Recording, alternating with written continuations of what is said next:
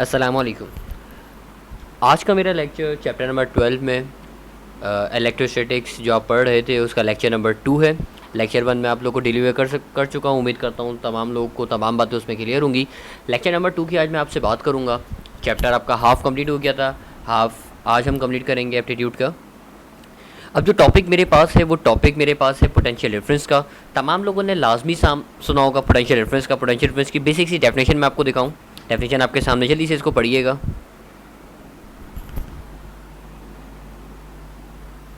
Definition आपके पास लिखी हुई, potential difference between two points is the amount of work done per unit charge in moving a charge from one point two another point against electrical field. क्या मतलब है कि आप suppose करो आपके पास ये एक चार्ज रखा हुआ है, इस चार्ज के नियर दो पॉइंट हैं। एक पॉइंट को बोल दिया पॉइंट बी और एक को बोल दिया पॉइंट ए। अब आप अपने टेस्ट चार्ज को मूव करा रहे हो पॉइंट ए से पॉइंट बी तक, यानी आपने अपने टेस्ट चार्ज को मूव कराना है पॉइंट ए से कहाँ तक, पॉइंट बी तक मूव कराना है। तो ए से बी तक मूव कराने के लिए आप कितना वर्क करोगे, यानी ए से बी तक मूव कराने के लिए आपने कितना वर्क किया, ए से बी तक मूव कराने के लिए कितना वर्क किया। अब जरा देखना, potential difference between two points, यानी एक पॉइंट बी है एक पॉइंट ए है। Potential difference between two points is the amount of work done, कितना वर्क कर रहे हो पर यूनिट चार्ज, यानी पर यूनिट चार्ज का मतलब है कि work done divided by charge. In moving a charge, यानी चार्ज को अगर आप मूव कराते हो from one point two another point against electrical field, तो ये रेड चार्ज देख रहे हो, इस रेड चार्ज की इलेक्ट्रिकल फील्ड है। पॉजिटिव है तो पॉजिटिव फील्ड होगी, तो आउटवर्ड फील्ड होगी। इस फील्ड के अगेंस्ट जो आप वर्क डन करा रहे हो पर यूनिट चार्ज, उस चीज़ को आप बोलते हो पोटेंशियल डिफरेंस। थोड़ी सी कॉम्प्लिकेटेड डेफिनेशन है, ज़्यादा मैं कॉन्सेप्ट के ऊपर इसके नहीं जाऊँगा क्योंकि कॉन्सेप्ट आप सेकंड ईयर में पढ़ चुके हो, वरना आप बोर हो जाओगे।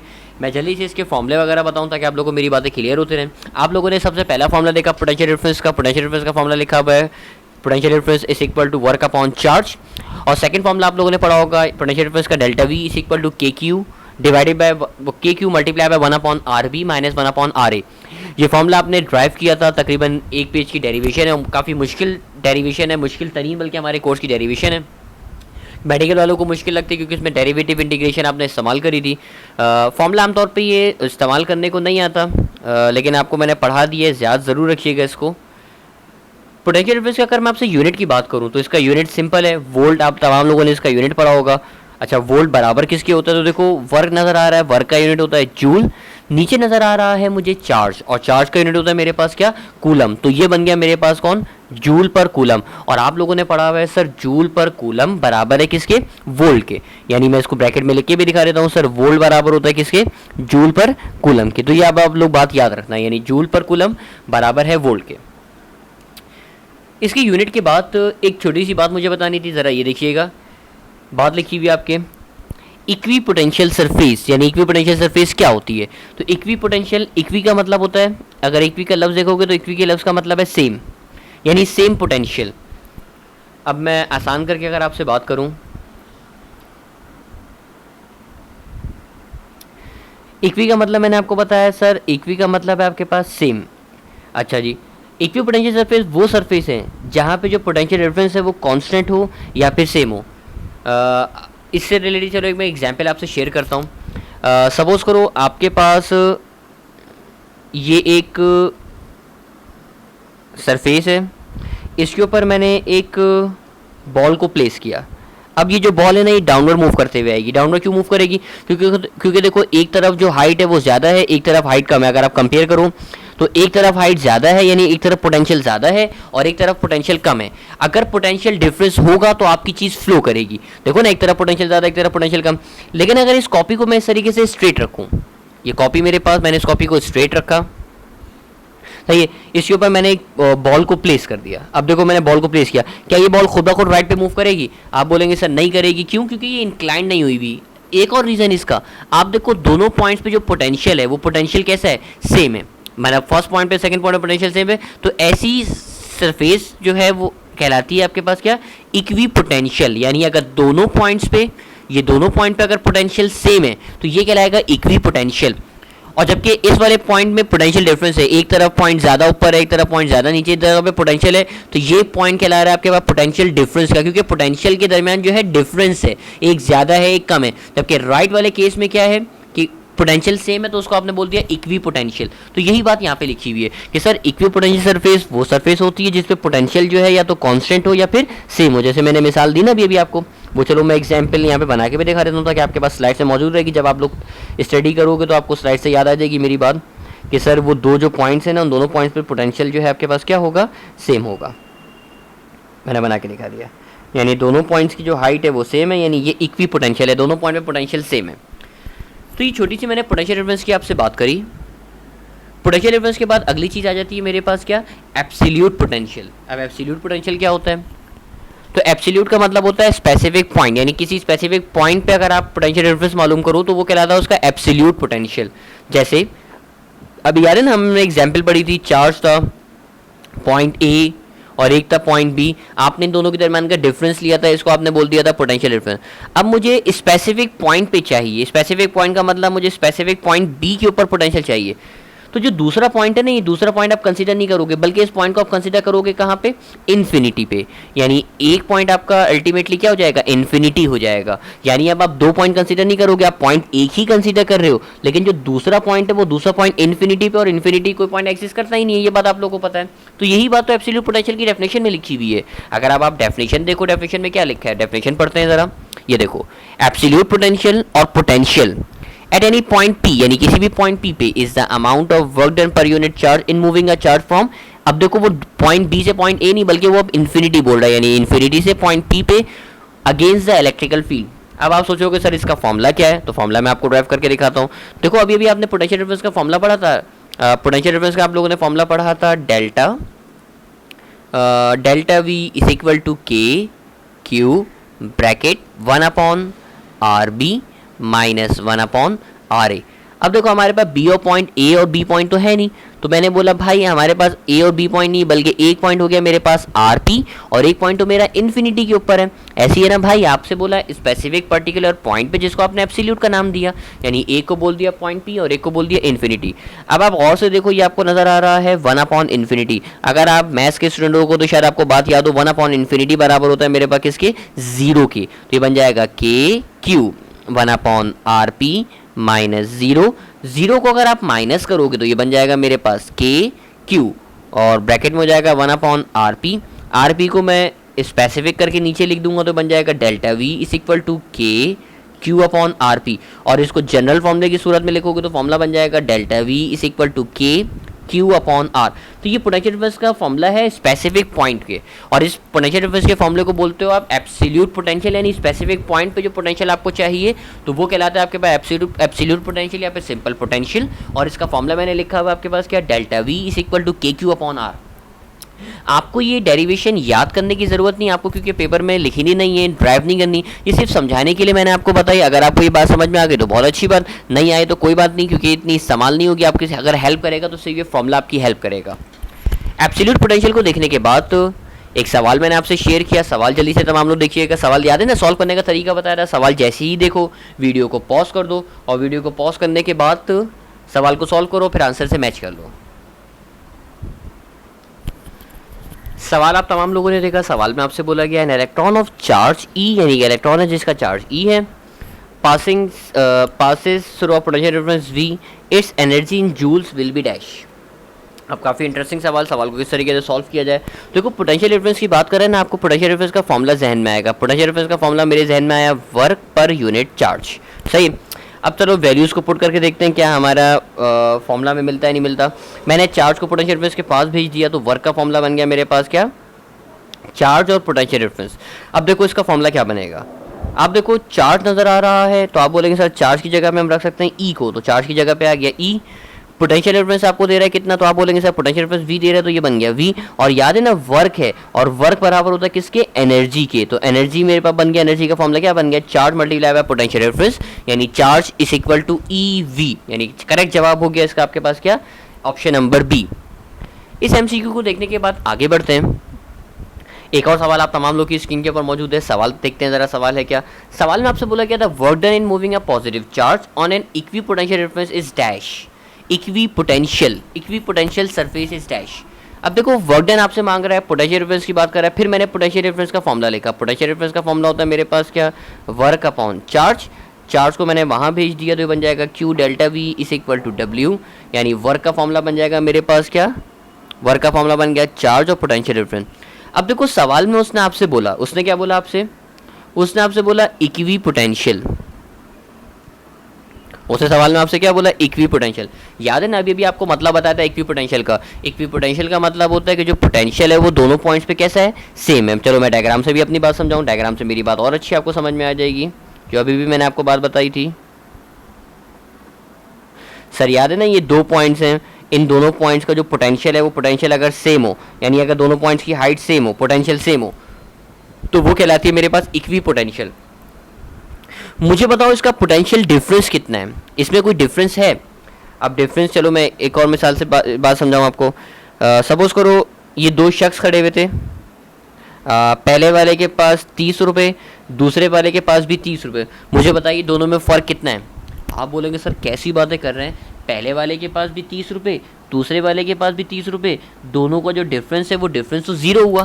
भाई कोई फ़र्क ही नहीं है दोनों में, कोई फ़र्क नहीं है, यानी जो डिफरेंस है, डिफरेंस का मतलब फ़र्क ही होता है ना, कोई फ़र्क नहीं है, यानी जो डिफरेंस है वो डिफरेंस तो क्या हो गया, ज़ीरो हो गया। यानी अगर सेम सेम चीज़ें हो, सेम सेम चीज़ें हो, तो उनका जो डिफरेंस होता है वो डिफरेंस कितना होता है, ज़ीरो होता है। आप बोलेंगे चलिए सर अब आप बोलना क्या चाह रहे थे, अब ज़रा देखो हमारे पास जो पोटेंशियल है वो इक्वी है, मतलब सेम है, सेम पोटेंशियल है। और अगर सेम पोटेंशियल हो तो इसका मतलब जो पोटेंशियल डिफरेंस है वो पोटेंशियल डिफरेंस क्या हो जाएगा, जीरो, क्योंकि दोनों का पोटेंशियल सेम। अब दोनों के पोटेंशियल में कोई डिफरेंस ही नहीं है, इसका मतलब ये डेल्टा वी का मतलब होता है पोटेंशियल डिफरेंस। तो ये चलो मैं ब्रैकेट में लिख भी देता हूँ, जो पोटेंशियल डिफरेंस है वो पोटेंशियल डिफरेंस कितना हो गया, जीरो हो गया। तो आपने नई बात सीखी, आपने नई बात क्या सीखी कि सर इक्वी पोटेंशियल सरफेस में पोटेंशियल डिफरेंस कितना होता है, जीरो होता है। इस बात को पहले जहन में बिठा लीजिए, मैंने क्या बात आपको बताई, ज़रा जहन में बिठाइएगा। इक्वी पोटेंशियल सरफेस में जो पोटेंशियल डिफरेंस है वो पोटेंशियल डिफरेंस क्या होता है, आपके पास जीरो होता है। पोटेंशियल डिफरेंस तो अब देखो आपके पास जीरो हो गया। अब आपसे बोला गया था कि भाई बताओ, क्या हमें बताओ वर्क डन। वर्क डन का फॉर्मूला देखो, वर्क का फॉर्मूला लिखा है ना आपके सामने, चार्ज और पोटेंशियल डिफरेंस। तो मैंने लिखा work is equal to charge, potential difference zero हो गया, जीरो से चार्ज को मल्टीप्लाई करोगे तो आंसर क्या हो गया, जीरो हो गया। यानी जो आपका वर्क है वो वर्क भी क्या हो जाएगा, जीरो हो जाएगा। यानी करेक्ट जवाब हो जाएगा आपके पास क्या, ऑप्शन नंबर डी। एक और सवाल आपसे शेयर करते हैं, फिर वही एनर्जी का सवाल आ गया। तो याद होगा अभी अभी मैंने एनर्जी का आपको फॉर्मूला बताया था। एनर्जी का फॉर्मूला क्या बताया था, शायद आपको मेरी बात याद आ जाए, नहीं याद तो फिर ड्राइव करते हैं। देखो पोटेंशियल डिफरेंस का फॉर्मूला था हमारे पास क्या, वर्क अपॉन चार्ज, चार्ज को पोटेंशियल डिफरेंस से मल्टीप्लाई किया था। तो याद है ना, वर्क का फॉर्मूला बन गया था मेरे पास चार्ज और पोटेंशियल डिफरेंस, और वर्क बराबर होता है एनर्जी के, तो एनर्जी बराबर हो गया था मेरे पास किसके, क्यू और डेल्टा वी के। इस फॉर्मूले को जहन में रखना। अब सवाल देखते हैं। सवाल में उसने बोला particle carrying a charge of 2 electron, यानी क्यू की वैल्यू मिल गई 2e, पोटेंशियल डिफरेंस आपको मिल गया 3 वोल्ट, यानी डेल्टा वी मिल गया, और आपसे क्या मांग रहा है, एनर्जी मांग रहा है। तो देखो एनर्जी का फॉर्मूला बन जाएगा, energy is equal to Q की जगह पे आपने रखा 2e, मल्टीप्लाई कर दिया। अब देखो पोटेंशियल डिफरेंस की वैल्यू दे रहा है 6, तो 6 को 2 से मल्टीप्लाई किया तो आंसर आ गया कितना। आप बोलेंगे सर सॉरी 3 था, गलती कर दी, पोटेंशियल डिफरेंस 3 था, 3 को 2 से मल्टीप्लाई करोगे तो आंसर आ जाएगा कितना, 6e। यानी करेक्ट जवाब जो आ रहा है वो क्या आ रहा है, तो आप बोलेंगे सर इस वक्त करेक्ट जवाब आ रहा है ऑप्शन नंबर ए, यानी 6 इलेक्ट्रॉन। और एनर्जी है, आप इलेक्ट्रॉन वोल्ट में लिखना चाहो, ईवी में लिखना चाहो तो आप ईवी इलेक्ट्रॉन वोल्ट में भी करके लिख सकते हो। अब अगर यहाँ पे इलेक्ट्रॉन ई की वैल्यू रखते हो, इलेक्ट्रॉन के चार्ज की वैल्यू रखते हो, तो इलेक्ट्रॉन के चार्ज की वैल्यू होती है 1.6 एक्सपोनेंट -19। ये आपके पास इलेक्ट्रॉन के चार्ज की वैल्यू है। इलेक्ट्रॉन के चार्ज को अगर आप मल्टीप्लाई करोगे, अच्छा ये वोल्टेज आपने रखा है तो ये हो जाएगा 6 इलेक्ट्रॉन वोल्ट, इलेक्ट्रॉन वोल्ट में आंसर आ रहा है। अच्छा इलेक्ट्रॉन वोल्ट की जगह आपने इसको मल्टीप्लाई कर दिया उसकी वैल्यू से, तो ये मल्टीप्लाई करोगे, 6 को 1.6 से मल्टीप्लाई करना है, 6 को 1.6 से मल्टीप्लाई करोगे। देखो बेसिक कैलकुलेशन आपको मैं बहुत दफ़ा पहले भी सिखा चुका हूँ, मेरा नहीं ख्याल अब आपको दोबारा बतानी चाहिए। नहीं याद तो फिर भी देख लो, याद है ना 1.6 मल्टीप्लाई करना है 6 से। मैं आपको सिखाता रहा हूँ सर, डेसिमल को थोड़ी देर के लिए हटा दीजिए और सिंपल मल्टीप्लाई कर दीजिए। 6 को 6 से मल्टीप्लाई करोगे तो जाएगा 6 6 36, और 6 को 1 से करोगे तो 6 1 6, और +3 करोगे तो जाएगा 96। आप 96 नहीं लिखोगे क्योंकि डेसिमल 1.6 था, तो आप इसको लिखोगे कैसे, 9.6 से लिखोगे, यानी 9.6 एक्सपोनेंट -19। और अब ये कन्वर्ट हो गया किसमें, जूल्स में कन्वर्ट हो गया। तो यानी इस वक्त इसका जवाब ऑप्शन ए भी है, इसका जवाब ऑप्शन बी भी है। तो अब आप दोनों जवाब मिला के लिखोगे, यानी option number D, both A and B are correct. ये 3 एमसीक्यू मैंने आपसे पोटेंशियल डिफरेंस के शेयर किए। इन 3 एमसीक्यू को देखने के बाद अगला जो टॉपिक है वो है मेरे पास पोटेंशियल ग्रेडियंट का। तमाम लोगों ने लफ्ज़ ज़रूर सुना होगा पोटेंशियल ग्रेडियंट का। क्या है पोटेंशियल ग्रेडियंट? तो मैं पोटेंशियल ग्रेडियंट आपको बताऊं। पोटेंशियल ग्रेडियंट का पहले तो फॉर्मूला देखिएगा। Potential gradient is the change of potential with respect to the change in position. यानी ऊपर देखो आपके पास लिखा हुआ है change of potential, delta R यहाँ पे शो कर रहा है किसको? डेल्टा आर यहाँ पे शो कर रहा है पोजीशन को। अगर तो ये बातें आप लोगों ने पढ़ी हुई हैं तो आपको समझ में आ रही होंगी, लेकिन अगर आप लोगों ने सेकेंड ईयर में चैप्टर इतना अच्छे से नहीं पढ़ा तो ये बातें आपको समझ में भी नहीं आ रही होंगी, बहुत अजीब अजीब सी बातें लग रही होंगी। तो पोटेंशियल ग्रेडियंट क्या है? देखो पोटेंशियल ग्रेडियंट कहलाता है, डेफिनेशन चलो देखते हैं, डेफिनेशन पढ़ते हैं ज़रा।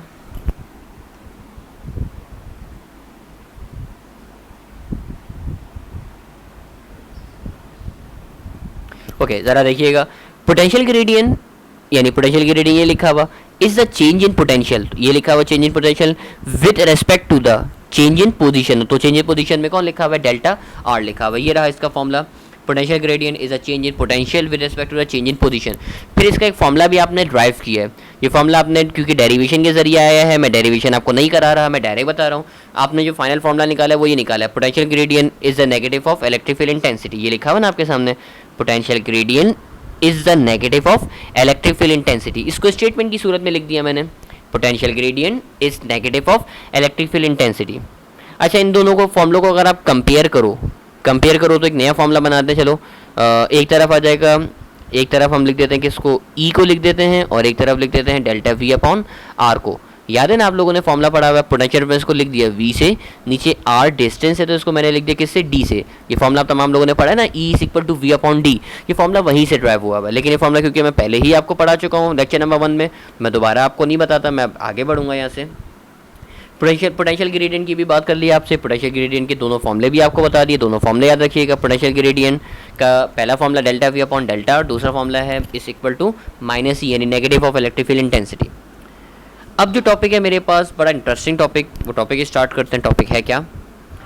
टॉपिक है मेरे पास कैपेसिटर से रिलेटेड। कैपेसिटर क्या होता है? कैपेसिटर की अगर मैं आपसे बात करूं तो कैपेसिटर में क्या होता है कि एक तरफ मेरे पास मौजूद होते हैं पॉजिटिव चार्ज जिसको आपने लिख दिया प्लस क्यू से, एक तरफ मेरे पास मौजूद होते हैं कैसे? नेगेटिव चार्ज जिसको आपने लिख दिया किससे? माइनस क्यू से। अब जो इलेक्ट्रिक लाइन्स हैं वो इलेक्ट्रिक लाइन्स लेफ्ट से राइट यानी पॉजिटिव से नेगेटिव की तरफ जाएंगी, क्योंकि याद है ना पॉजिटिव के लिए जो फील्ड होती है वो आउटवर्ड होती है, बाहर की तरफ होती है, और जबकि नेगेटिव के लिए जो फील्ड है वो अंदर की तरफ होती है, यानी पॉजिटिव से आउट होगी आउटवर्ड होगी और नेगेटिव से इनवर्ड होगी या नेगेटिव की तरफ जाएगी। ये देखो इलेक्ट्रिक लाइन्स आई सारी की सारी पॉजिटिव से नेगेटिव की तरफ। अब आपने इसको कनेक्ट किया, लेफ्ट से भी राइट से भी with the help of a source of a battery. आपने इनको कनेक्ट किया, पॉजिटिव नेगेटिव पोटेंशियल डिफरेंस हो गया। तो ये सिंपल सी कैपेसिटर की डायग्राम है। इन दोनों प्लेट्स के दरम्यान का जो डिस्टेंस है, इस डिस्टेंस को तो आप लिख देते हो किससे? डी से। तमाम लोगों ने पढ़ा हुआ है कि sir distance between the plates of a capacitor is denoted by D. अच्छा, कैपेसिटर का जो सिंबल है वो सिंबल ये, यानी दो पैरेलल लाइन आप बनाते हो इस तरीके से, पैरेलल लाइन बनाई और लाइन से स्ट्रेट हॉरिजॉन्टल लाइन बनाने के बाद ये इसका आपके जो सिंबल नज़र आ रहा है कैपेसिटर का। अच्छा, एक लाइन अगर लार्जर हो और एक स्मॉलर हो तो ये सिंबल होता है आपके पास किसका? सेल का सिंबल होता है, सेल जिसको आप बोलते हो ना। और ये जो सिंबल होता है, अगर आप इस तरीके का सिंबल देखो तो ये सिंबल, ये जो आप सिंबल देख रहे हो ये सिंबल कहलाता है बैटरी का, क्योंकि battery is a combination of cell. अगर पैरेलल इक्वल लाइन्स हो तो कैपेसिटर है, एक लार्जर एक स्मॉलर हो तो ये कहलाती है आपके पास सेल, और कम्बिनेशन ऑफ सेल क्योंकि larger smaller combination of cell तो बैटरी कहलाती है। तो तीसरा सिंबल आपके पास किसका है? बैटरी का है। कैपेसिटर जो रियल लाइफ कैपेसिटर होते हैं वो कुछ इस किस्म के दिखते हैं। आप लोगों ने कभी अगर फ़ैन वगैरह में लगाया हो, अक्सर आमतौर पे फ़ैन में कैपेसिटर लगाया जाता है, या फिर आपकी मोटर के अंदर कैपेसिटर मौजूद होता है। तो कैपेसिटर रियल लाइफ कैपेसिटर है जो मैंने एग्जांपल आपसे यहाँ पे शेयर करी। अब कैपेसिटर की डेफिनेशन क्या है, कैपेसिटर के फॉर्मूले क्या हैं, फिर कैपेसिटर की कुछ एमसीक्यूज भी हम सॉल्व करेंगे। जल्दी आगे बढ़ते हैं। कैपेसिटर के बारे में डेफिनेशन देखते हैं, ज़रा जल्दी से देखिएगा। Capacitor is an electrical device. Capacitor एक इलेक्ट्रिकल डिवाइस है। अच्छा, क्या काम करती है? Which help us to store electric charge. जो चार्जेस को क्या करती है? स्टोर करती है। आप बोलेंगे चलें सर ये बात तो हमें पता थी, आगे बढ़िए। तो आगे बढ़ते हैं भाई। कैपेसिटेंस का तमाम लोगों ने फॉर्मूला पढ़ा होगा, C is equal to Q upon V. Capacitor का बहुत मशहूर formula Q is equal to C V या फिर C is equal to Q upon V, capacitance का फॉर्मूला। अच्छा, कैपेसिटेंस का एक और फॉर्मूला आप लोगों ने ड्राइव किया होगा, C is equal to epsilon not epsilon R A upon D, ये आप तमाम लोगों ने पढ़ा हुआ है। अच्छा, कैपेसिटेंस के इस रिलेशन को ज़रा देखिएगा, कुछ फैक्टर्स मुझे आपको लिखवाने हैं, फैक्टर मैं आपको बताऊँ। पहले इसका यूनिट चलो मैं आपको बता देता हूँ। कैपेसिटेंस का जो यूनिट है वो है फैराड। अच्छा, फैराड बराबर किसके, तो देखो ऊपर लिखा हुआ है क्यू, यानी क्यू का मतलब है यहाँ पे चार्ज, और चार्ज का यूनिट जो आप लोगों ने पढ़ा है वो पढ़ा है क्या, कूलम, तो क्यू की जगह पे कूलम रख दिया। नीचे नज़र आ रहा है वी, तो वी वोल्ट है तो वोल्ट की जगह पे हो गया नीचे वी, तो यानी जो फैराड आपको नज़र आ रहा है ये फैराड बराबर होता है किसके, अगर मैं इसको स्मॉल में लिख के दिखा दूँ चलो आपको आपकी आसानी के लिए, तो ये बन जाएगा फैराड बराबर है मेरे पास किसके, कूलम पर वोल्ट के। ये तो बड़ी सिंपल सी बात हो गई। मुझे 3 फैक्टर्स आप लोगों को पढ़ाने हैं, वो 3 फैक्टर्स ज़रा देखिएगा।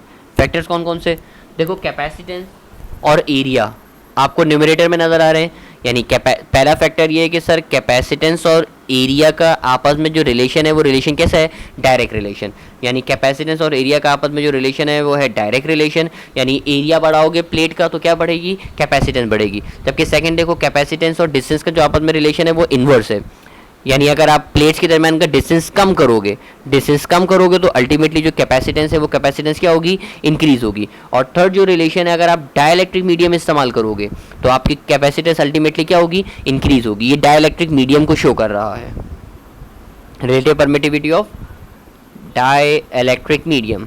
अब डाइलेक्ट्रिक मीडियम कैसे कैपेसिटेंस इंक्रीज करता है तो ये मैं आपको बात सेकेंडरी फिजिक्स में पढ़ा चुका हूँ, अभी मैं इसे शेयर नहीं करूँगा, सिर्फ मैं आपको फैक्टर्स बता रहा हूँ।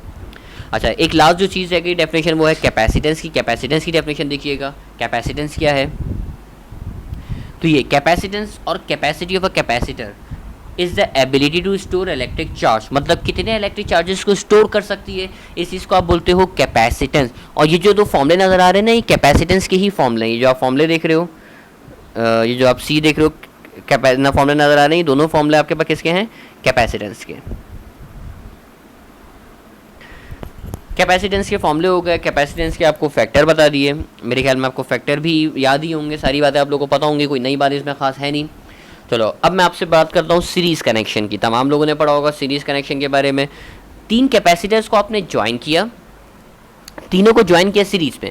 अब कैसे पता चलेगा सीरीज़ में है या सीरीज़ में नहीं है, तो मैं आपको एक ट्रिक बताऊँ सीरीज़ में देखने का। सीरीज़ के लिए आप देखो, आपकी जो चार्जेस का फ्लो है वो यूनिफॉर्म होगा, यानी तीनों के अंदर सेम चार्जेस जा रहे हैं। यानी अगर फ्लो का सिर्फ एक सिंगल पाथ हो, आपके करंट का या चार्जेस के फ्लो का अगर सिंगल पाथ हो, एक ही रास्ता हो, तो वो कनेक्शन कहलाता है आपके पास सीरीज कनेक्शन। तमाम लोगों ने सुना होगा। देखो ना, आपके जो चार्जेस हैं वो फ्लो कर रहे हैं, जो चार्ज C1 में जा रहा होगा वही C2 में जा रहा होगा, वही C3 में जा रहा होगा, तीनों में सेम चार्जेस जा रहे हैं। यानी फ्लो का अगर सिंगल पाथ हो तो वो कनेक्शन कहलाता है आपके पास कौन सा कनेक्शन, सीरीज कनेक्शन। मैं चलो इसको लिख के भी दिखा देता हूँ। Single path for flow of charges, यानी चार्जेस के फ्लो के लिए अगर सिंगल पाथ होगा तो उसको आप बोलोगे कौन सा कनेक्शन, सीरीज कनेक्शन। अच्छा, अब आपने इसके कुछ फॉर्मूले पढ़े होंगे ना, जरा उसके बारे में बात करते हैं। चलो आप लोगों ने जो फॉर्मूले पढ़े सीरीज के लिए, आपने कैपेसिटेंस का फॉर्मूला ही पढ़ा होगा, 1/C is equal to 1/C1 plus 1/C2 plus 1/C3, ये फॉर्मूला आपने पढ़ा। अच्छा, अगर 2 कैपेसिटर हो तो फॉर्मूला क्या इस्तेमाल करते हो, फॉर्मूला इस्तेमाल करते हो C is equal to C1 C2 divided by C1 plus C2। ये 2 फॉर्मूला आप लोग की हेल्प करेंगे, दोनों फॉर्मूले मैंने आपको लिख के दिखा दिए, दोनों फॉर्मूले आप लोग की हेल्प करेंगे। अच्छा जी, अब तीसरा जो आपको मैं फॉर्मूला बताऊँ अगर, चलो अच्छा पहले तो मैं एक और चीज़ की मैं बात आपको क्लियर कर दूँ ताकि आपको आसानी से समझ में आ जाए। अब देखो, तीनों जो आपको कैपेसिटर नज़र आ रहे हैं, अगर आप इन कैपेसिटर्स को देखो, तीनों के अंदर जो चीज़ सेम होती है, क्योंकि सीरीज़ कनेक्शन है और सीरीज़ में आपके पास जो चीज़ सेम होती है वो होता है चार्ज, यानी सीरीज़ के अंदर जो है आपके पास चार्ज क्या रहेगा, सेम रहेगा। तो इसको ऐसे लिखोगे, मैं चलो लाइन बना के लिख देता हूँ कि आपके पास सीरीज़ के अंदर जो चार्ज है वो क्या रहेगा, सेम रहेगा। जबकि पोटेंशियल डिफरेंस को आप ऐड करते हो, यानी पोटेंशियल डिफरेंस को आप ऐसे लिखते हो V1 plus V2 plus V3, इस तरीके से आप लिखते हो। तो ये 2 फॉर्मूले हो गए आपके पास किसके, कैपेसिटेंस के लिए, सीरीज कनेक्शन के लिए 1/C is equal to 1/C1 plus 1/C2 plus 1/C3, और C is equal to C1 C2 divided by C1 plus C2। फिर मैंने एडिशनल बात आपसे लिखी कि सर सीरीज़ के अंदर जो चार्ज है वो चार्ज क्या रहेगा, सेम रहेगा। जबकि आप पोटेंशियल डिफरेंस को ऐड करते हो, यानी V बराबर होता है V1 plus V2 plus V3। अब जो एक चीज़ मैं आपको सिखा रहा हूँ ना, ज़रा ये देखिएगा। अगर आपके पास सेम कैपेसिटर्स हो, आपके पास क्या हो, सेम कैपेसिटर्स हो, मतलब चलो मैं एक एग्जांपल आपको देता हूं।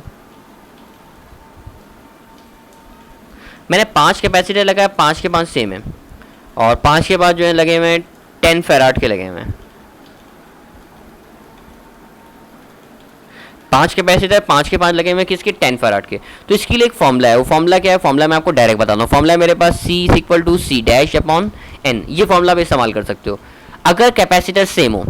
अब देखो ये फॉर्मूला इस्तेमाल कैसे करोगे, तो इस्तेमाल करने का तरीका देखो। सबसे पहले तो देखो नीचे लिखा हुआ है एन, एन का मतलब कितने कैपेसिटर लगे हुए हैं। मैं आपसे अगर पूछूं कितने कैपेसिटर लगे हुए हैं भाई, तो आप बोलेंगे सर 5 लगे हुए हैं, तो आपने नीचे रख दिया किसको, 5 को।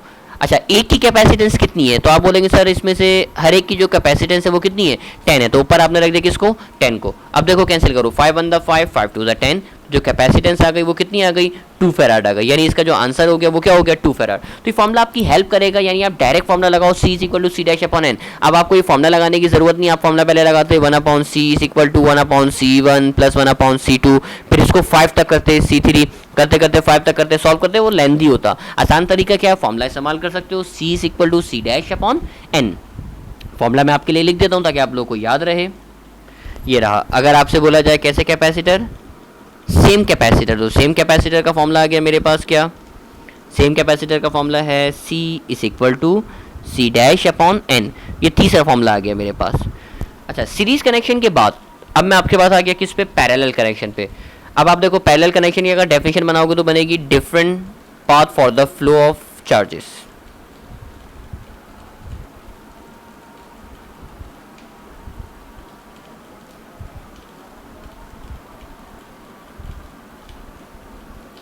डिफरेंट पाथ हो, मल्टीपल पाथ हो चार्जेस के फ्लो के लिए, तो उसको आप बोल देते हो क्या, पैरेलल कनेक्शन। देखो जैसे यहाँ से स्ट्रेट कनेक्शन है, अपवर्ड है, डाउनवर्ड है, यहाँ पे इस पॉइंट पे आके ब्रेक हो रहा था, कनेक्शन ब्रेक हुआ था, तो आपने इसको लिख दिया कि मल्टीपल पाथ अगर हो तो उसको आप बोलते हो पैरेलल कनेक्शन। अब पैरेलल कनेक्शन का जो आप लोगों ने फॉर्मूला पढ़ा है वो फॉर्मूला क्या पढ़ा है, आप बोलेंगे सर पैरेलल का हमने फॉर्मूला पढ़ा है C is equal to C1 plus C2 plus C3। अच्छा पैरेलल के अंदर जो वोल्टेज है वो वोल्टेज सेम होता है, यानी तीनों पे वोल्टेज V होगा, इस पे भी पहले वाले पे V, दूसरे वाले पे V, तीसरे वाले पे भी V। यानी पैरेलल के अंदर जो वोल्टेज है वो वोल्टेज क्या हो जाएगा, सेम हो जाएगा। यानी याद है पिछले वाले में, सीरीज वाले में, अगर मैं सीरीज की आपसे बात करूं तो सीरीज वाले में चार्ज सेम होता था, ये लिखा हुआ ना, सीरीज वाले में क्या सेम है, चार्ज सेम है, जबकि पैरेलल वाले में क्या सेम है, वोल्टेज सेम है। और चार्जेस को आप ऐड करते हो, यानी Q बराबर होता है Q1 plus Q2 plus Q3। अच्छा जिस तरीके से वहां आपने सेम कैपेसिटर का फॉर्मूला पढ़ा है ना, अभी मैंने आपको फॉर्मूला पढ़ाया था सेम कैपेसिटर का, ये लिखा हुआ आपके सामने।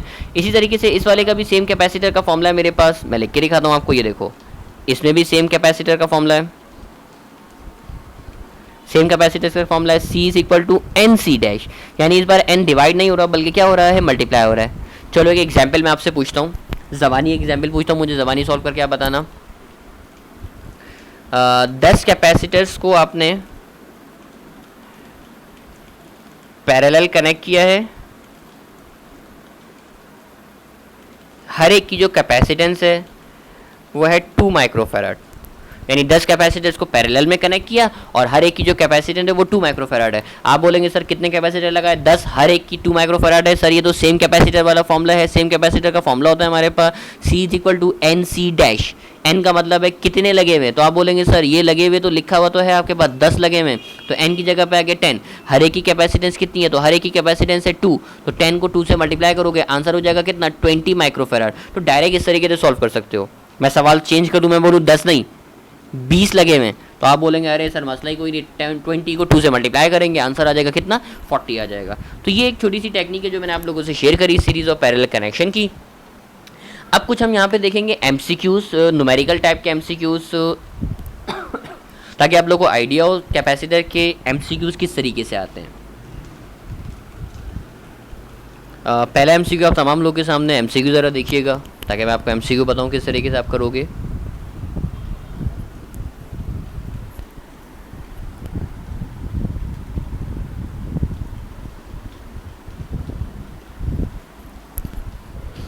सवाल में आपसे बोला गया when capacitors are connected in parallel combination, parallel combination की कैपेसिटेंस का फॉर्मूला, और इसकी इक्विवेलेंट कैपेसिटेंस की बात कर रहा है। देखो पैरेलल का फॉर्मूला आपको याद है, पैरेलल का फॉर्मूला क्या होता है? पैरेलल का फॉर्मूला होता है कैपेसिटेंस का C is equal to C1 plus C2 plus C3।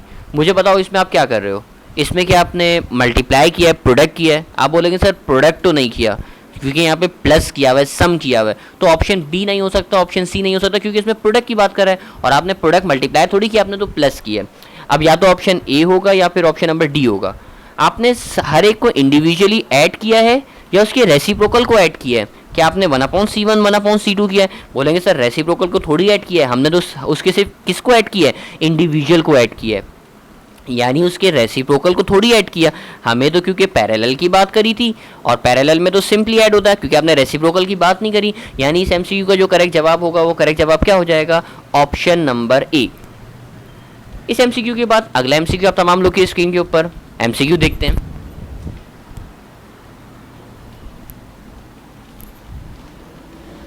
इस एमसीक्यू को कराने से पहले एक फॉर्मूला मैं आपको बता दूं। एनर्जी ऑफ कैपेसिटर का आपको फॉर्मूला पता होना चाहिए। ये फॉर्मूला आपकी फेडरल की बुक के अंदर मौजूद है। Energy in a capacitor, capacitor के अंदर एनर्जी जो होती है उसका फॉर्मूला है हमारे पास E is equal to half CV²। Energy का फॉर्मूला है energy is equal to half CV²। अब आप देख लो यहाँ पे, अब आपसे सवाल में क्या बोल रहा है? If a 2 microfarad capacitor is charge 2 microfarad का मतलब ये आपको C की वैल्यू दे रहा है। अच्छा जी, मैंने लिखा सर C की वैल्यू मुझे मिल गई कितना? 2 microfarad. Charge to 200 volt, charge to 200 volt का मतलब V की वैल्यू मिल गई आपको कितनी? 200 वोल्ट्स। अच्छा, its plate are connected by a wire, then the heat energy produce in the wire is dash. अब देखो हीट की बात करें ना, heat is a form of energy, यानी इन शॉर्ट आपसे वो कैपेसिटर की एनर्जी मालूम करने को बोल रहा है। अब एनर्जी का फॉर्मूला तो आपको पता है हाफ CV²। सिर्फ एक मसला है, मसला क्या? कैपेसिटेंस से ये माइक्रो का सिंबल जो नजर आ रहा है ना, इसको हटाओगे तो माइक्रो की जगह पे आ जाएगा 10⁻⁻⁶ और ये कन्वर्ट हो जाएगा किस में? सिंपल फैराड, इसके ओरिजिनल यूनिट में। अब आप एनर्जी का यूनिट इस्तेमाल, फॉर्मूला इस्तेमाल करो। एनर्जी का फॉर्मूला मेरे पास हाफ CV², तो ये बन जाएगा सर मेरे पास हाफ C की जगह पे आ जाएगा क्या मेरे पास? 2 एक्सपोनेंट -6, V की जगह पे आ जाएगा 200 और 200 का क्या कर दोगे? स्क्वायर कर दोगे। सबसे पहला काम 2 से ही 2 तो क्या हो गया? कैंसिल, तो ये बन गया मेरे पास एक्सपोनेंट -6। अब देखो 200 का स्क्वायर करने का तरीका, ये स्क्वायर पहले 2 को दोगे तो 2 का स्क्वायर हो जाएगा कितना? 4।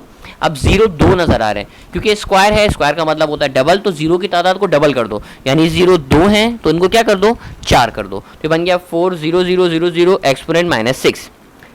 आगे करते हैं इसको, ये देखो एनर्जी का फॉर्मूला आंसर आ गया मेरे पास 4 0 0 0 0 एक्सपोनेंट -6। डेसिमल को आप शिफ्ट कर लो, डेसिमल को शिफ्ट कराओगे, डेसिमल कहीं नहीं होता तो कहाँ होता है? लास्ट में होता है, इसको शिफ्ट कराओ। 1 2 3 4, 4 दफ़ा आपने इसको क्या कराया? शिफ्ट कराया, तो ये बन जाएगा 4 एक्सपोनेंट -6 और +4 इसमें आपने कर दिया, क्योंकि 4 दफ़ा जम कराया था तो +4 कर दिया, ये बन जाएगा 4 एक्सपोनेंट -2। यानी एनर्जी का जो आंसर आया वो क्या आया? 4 एक्सपोनेंट -2 जूल्स में। ऑप्शन नंबर बी इसका क्या हो जाएगा? करेक्ट जवाब हो जाएगा। तो आपने नया फॉर्मूला क्या सीखा? आपने नया फॉर्मूला सीखा एनर्जी का formula E is equal to half CV²। इस सवाल को देखने के बाद आगे बढ़ते हैं। अगला सवाल तमाम देखिएगा ताकि मैं आपको सवाल सॉल्व करना सिखा सकूं।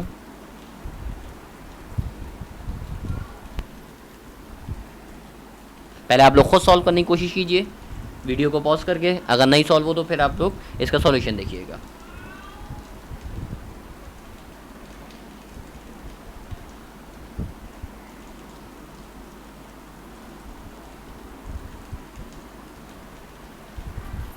अच्छा जी, सवाल में आपसे बोला 2 capacitors of 3 microfarad and 6 microfarad are connected in series. ये देखो आपने एक कैपेसिटर बनाया, दूसरा कैपेसिटर बनाया, दोनों को आपने सीरीज से कनेक्ट कर दिया। सही है। अब सीरीज से कनेक्ट करने के बाद उसने आपसे क्या बोला कि एक है मेरे पास 3 माइक्रोफेराड का तो 3 माइक्रोफेराड लिखा, एक है मेरे पास 6 माइक्रोफेराड का तो 6 माइक्रोफेराड लिखा।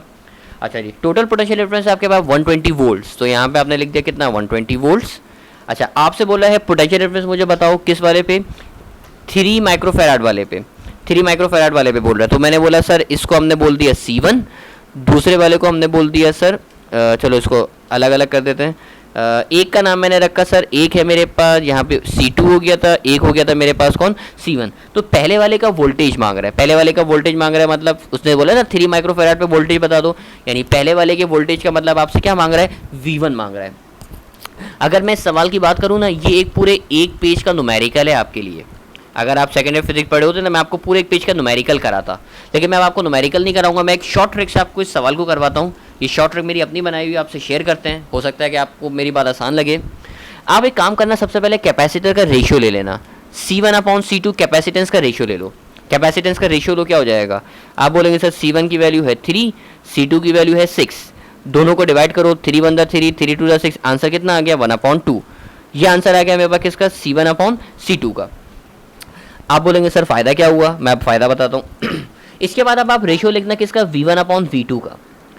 जो भी आंसर आया ना आपके पास, C1/C2 का जो भी आंसर आया, इसका रेसिप्रोकल करके लिख दो। रेसिप्रोकल करोगे क्या हो जाएगा? आप बोलेंगे सर रेसिप्रोकल करेंगे 1/2 का रेसिप्रोकल हो जाएगा क्या? 2/1। यानी इसके वोल्टेज का रेशियो क्या है? वोल्टेज का रेशियो है मेरे पास 2/1।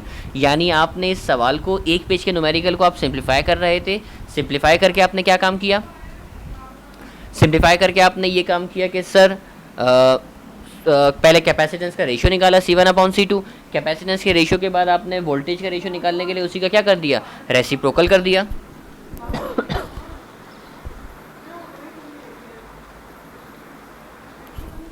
अब आप देखो, आपको क्योंकि V1 चाहिए तो मैंने लिखा V1 को।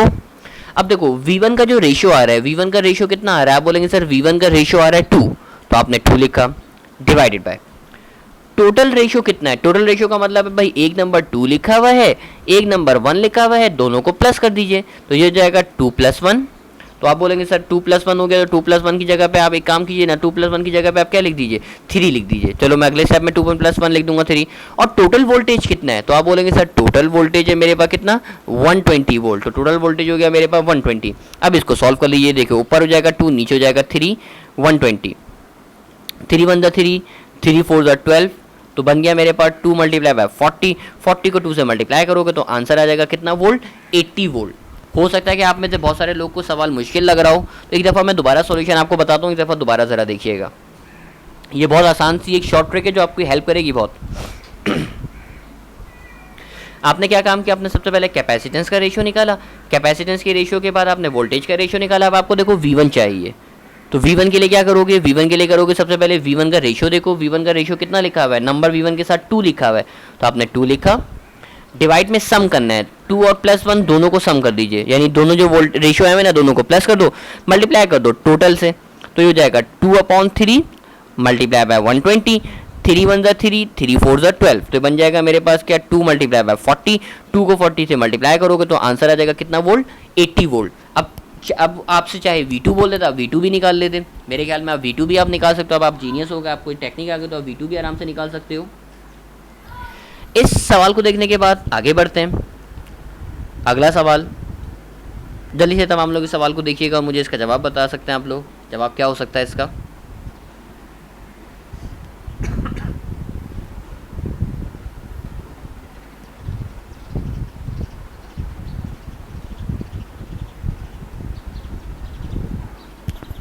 सवाल में आपसे बोला 3 capacitors of 4 microfarad, 6 microfarad, 12 microfarad are connected first on series. यानी पहले आपने इनको कनेक्ट किया कैसे? सीरीज में, और देन इन पैरेलल, फिर आपने कनेक्ट किया पैरेलल में। चलो पहले सीरीज में कनेक्ट करते हैं। सीरीज के लिए फॉर्मूला है 1/C is equal to 1/C1 plus 1/C2 plus 1/C3। C1 की वैल्यू 4, C2 की वैल्यू 6 और C3 की वैल्यू 12। अच्छा, अब इन तीनों को अगर आप एलसीएम लोगे तो एलसीएम लेने तो मेरे ख्याल में आता होगा, एलसीएम हो जाएगा इसका 12। अच्छा, अब हर नंबर को 12 बनाना पड़ेगा। याद है ना एलसीएम किस तरीके से सॉल्व करते थे? मेरे ख्याल में तो आप लोगों को याद होगा। 4 को 12 बनाने के लिए मल्टीप्लाई करोगे 3 से तो ये हो जाएगा 3, 6 को 12 बनाने के लिए मल्टीप्लाई करोगे 2 से तो ये हो जाएगा आपके पास 2, और 12 को 12 बनाने के लिए 1 से ही मल्टीप्लाई करोगे तो ये क्या रहेगा? 1 ही रहेगा। मेरे ख्याल में तो ये सारी बातें आप लोगों को आती होंगी। सॉल्व करोगे इसको तो ये बन जाएगा sir 1/C is equal to, तीनों को ऐड कर लेंगे तो जवाब आ जाएगा सर मेरे पास 3 + 2 5, 5 + 1 6, 6/12, और अगर रेशियो ले लोगे तो आंसर बन जाएगा 1/2। रेसिप्रोकल करोगे तो आंसर आ जाएगा कितना? 2 आ जाएगा। ये जो आपने कैपेसिटेंस निकाली ये सीरीज के लिए निकाली, मैंने इसको लिख दिया CS इज इक्वल टू 2। अच्छा, यही काम अब आप करोगे किसके लिए? पैरेलल के लिए, क्योंकि आपने बोला ना, उसने आपसे बोला पहले सीरीज में कनेक्ट किया और फिर कनेक्ट किया आपने कैसे? पैरेलल में।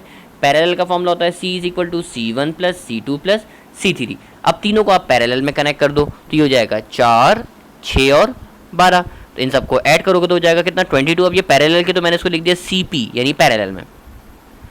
अब सवाल में देखो उसने फरमाइश क्या करी आपसे, सवाल में उसने बड़ी अजीब सी फरमाइश करी है आपसे। उसने क्या बोला, उसने बोला what is the ratio, ratio निकाल के दिखाओ उनकी इक्विवेलेंट कैपेसिटेंस का। क्योंकि पहले सीरीज की बात करी बाद में पैरेलल की बात करी, तो पहले सीरीज कैपेसिटेंस को रखोगे ऊपर, फिर पैरेलल के आंसर को रखोगे और दोनों को डिवाइड कर दोगे। अच्छा, सीरीज के साथ जो नंबर लिखा है वो है 2, पैरेलल के साथ जो आंसर है वो है 22, दोनों को डिवाइड कर दो, 2 1 2 और 2 11 22। तो यहाँ से बन जाएगा कितना 1/11, और 1/11 को आप लिख सकते हो कैसे 1/11, यानी जो करेक्ट जवाब होगा वो करेक्ट जवाब क्या होगा, ऑप्शन नंबर बी। तो ये कुछ एमसीक्यूज थे जो मैंने एमसीक्यूज आप लोगों से शेयर किए। इस एमसीक्यू को देखने के बाद हमारे लेक्चर का एक लास्ट एमसीक्यू मौजूद है, जल्दी से उस लास्ट एमसीक्यू को देखते हैं ताकि हमारा लेक्चर कंप्लीट हो।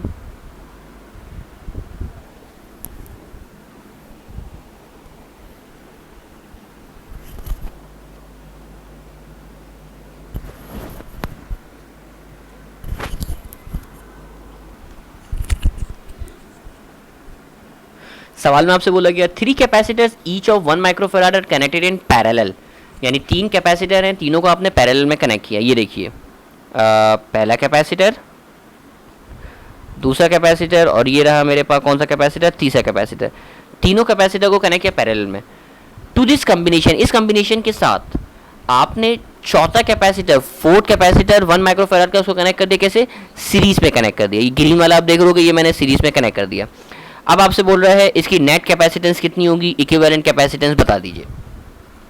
तो सबसे पहला काम करोगे, ये जो सर्किट आपको नज़र आ रहा है, ये सर्किट जो मैं हाईलाइट कर रहा हूँ आपके सामने, ये जो आप सर्किट देख रहे हो, फर्स्ट जो कम्बिनेशन है ये क्योंकि पैरेलल कम्बिनेशन का है और पैरेलल कम्बिनेशन में भी सेम रजिस्टर्स लगी हुई हैं। तो आपने सेम रजिस्टर्स के लिए फॉर्मूला पढ़ा है ना पैरेलल के लिए।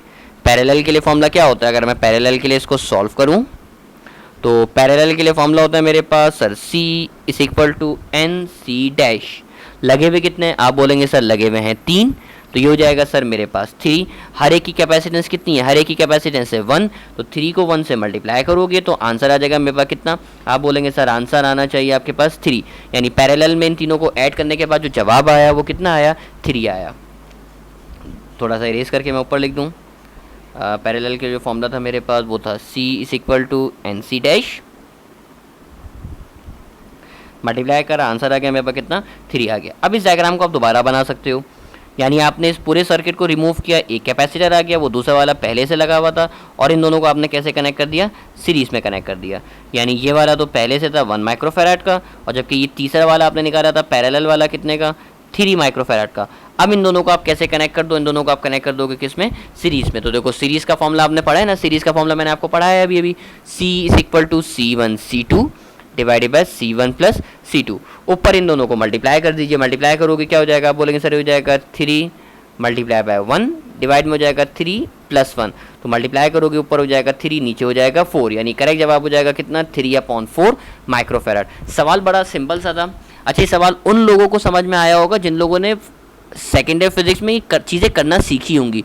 जिन लोगों को पता ही नहीं होगा कैपेसिटर को सीरीज में कैसे ऐड करते हैं, पैरेलल में कैसे ऐड करते हैं, उनको सवाल भी समझ में नहीं आ रहा होगा, अजीब अजीब सी बातें लग रही होंगी।